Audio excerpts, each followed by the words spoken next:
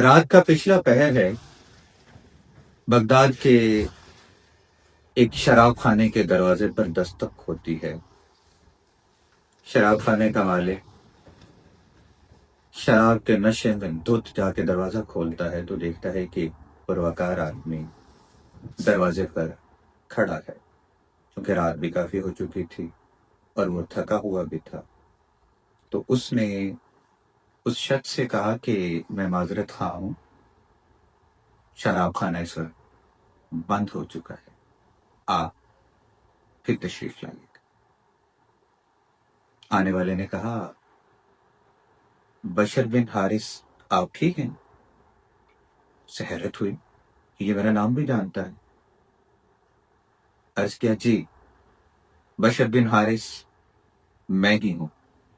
اس شخص نے آگے بڑھ کر بشر بن حارث کا ہاتھ چوما، اسے بوسہ دیا اور کہا، اللہ نے میرے دل پر القاء کیا ہے کہ میرے بندے بشر بن حارث کو جا کر بتا دو کہ وہ عزت جو تو نے میرے نام کو دی ہے، اس عزت کے بدلے میں اب میں تجھے پوری دنیا میں عزت عطا کروں گا۔ یہ سننا تھا کہ بشر بن حارث کے ذہن میں وہ پورا منظر گھوم گیا کہ جب وہ شراب کے نشے میں دھت ایک دن گلی میں سے گزر رہے تھے تو انہیں ایک کاغذ کے پرزے پر، ایک کاغذ کے ٹکڑے پر اللہ کا نام لکھا ہوا ملا۔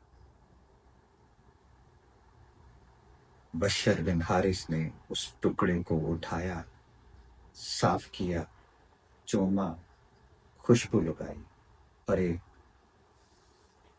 مناسب جگہ پر رکھ لی۔ اللہ کو ان کی یہ ادا اتنی پسند آئی کہ انہیں اپنے پسندیدہ بندوں میں شمار کر لیا۔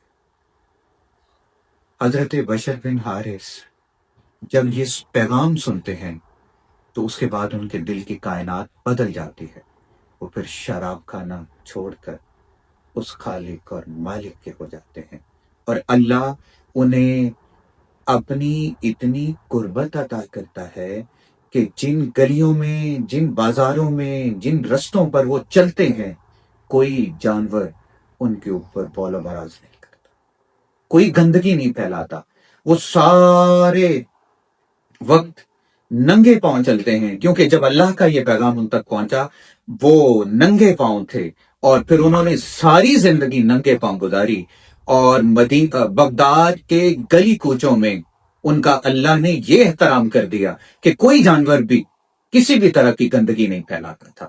تو یاد رکھیے، جو شخص اللہ کے نام کی قدر کرتا ہے، اللہ اس کی قدر پوری دنیا میں کر دیتا ہے۔